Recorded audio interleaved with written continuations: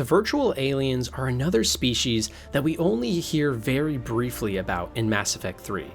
But this time, they have an even more horrifying and interesting backstory that is quite unique to the Mass Effect universe. You see, the virtual aliens, whose name we still do not know, hail from an unknown planet, either near the edge of the Milky Way or just outside of it, and they were facing a mass extinction event.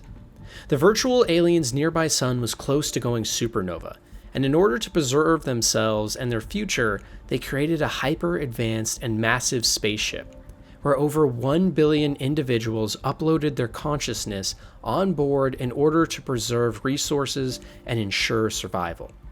The ship was controlled by artificial intelligence that eventually drove this massive freighter into Solarian space, where first contact was made. The Council swiftly decided to help the virtual aliens, whose ship was running low on power and they were on the verge of extinction because of it. To do so, 400 volunteers from Citadel Space were sent to the ship where they swapped their bodies to join into the Matrix-like computer simulation that all the virtual aliens were currently living in.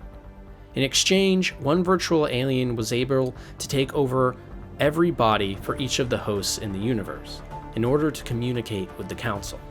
The aliens express their desire to come back to the real world, but that is really where the story stops. And as to what lies in the future for the virtual aliens, we don't know.